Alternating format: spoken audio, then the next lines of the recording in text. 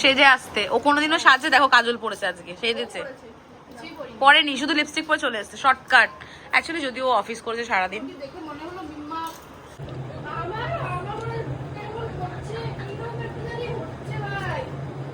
এটার মধ্যে আতর, রং, দুধ, আর এটার মধ্যে আছে কেওড়া জল আর গোলাপ জল আর দুধ। আচ্ছা, এই দুটোই যাবে। আচ্ছা, অলমোস্ট কটকটে হয়ে গেছে, এবারে জল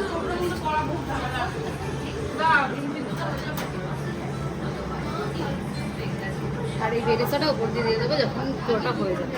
আচ্ছা, মানে উপর থেকে গার্নিশিং করবে, তাই তো? ওই বাদ না, গরম আছে দেখে।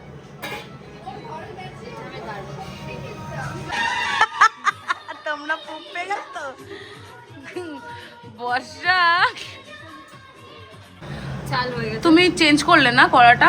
মানে ওটা তো ধরতো না। না, জল দেওয়া হয়ে গেছে এতে। হ্যাঁ, এবার কি আমি দেবে পোটমের মধ্যে নুন, চালটা তাড়াতাড়ি সেদ্ধ হবে। আচ্ছা, তুই কি জল খাবি? এটা সরা, জল পড়বে।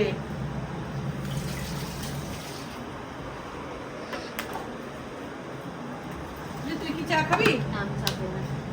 তাহলে আমরা কফি খাই বল, কিন্তু এখন কফি খেলে রাত্রেবেলা জেগে থাকতে হইব। এবার আমি দেব একটু দুধ।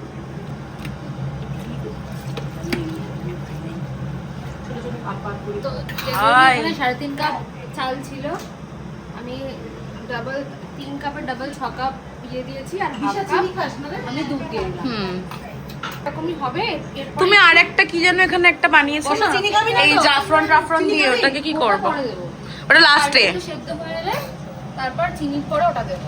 আচ্ছা, এটা একদম হ্যাঁ, কি বলছো তুমি? না না কিছু না। সেদ্ধ হবে। তুমি কি কিছু তো এবারে এই অনেকটা শুকিয়ে গেছে জলটা, মানে এটা কুক হয়ে গেছে। এবারে এটা কি অ্যাড করছো? জাফরান, ওই হলুদ আর দুধ দেওয়া জিনিসটা। এটা আমরা আজকে ফানি ব্লগ বানাতে গিয়ে এটা কুকিং ব্লগ আবার হয়ে গেছে ভাই। It's looking very good. এটাতে বেশি কালার। একদিন আমি একটা বাংলাদেশি রেস্টুরেন্টে গেছিলাম খেতে, তো ওখানে কাচ্চি বিরিয়ানি খেয়েছিলাম। ওখানে যে স্মেলটা বেরাচ্ছিল না তিশা, পুরো অ্যাজ ইট ইজ ওই গন্ধটাই বেরাচ্ছে, পুরো কাচ্চি বিরিয়ানির গন্ধ। একদম নেতা হয়ে গেল চিপস।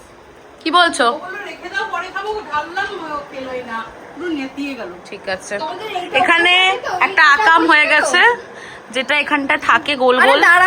বেচারি এখন ইঞ্জিনিয়ার হয়েছে, ওটাকে ঠিক করার চেষ্টা করছে। এবারে চিনি অ্যাড করছে, এবার লাস্টে, একদম লাস্টে চিনিটা দিলে। তুমি লাস্টে মোটামুটি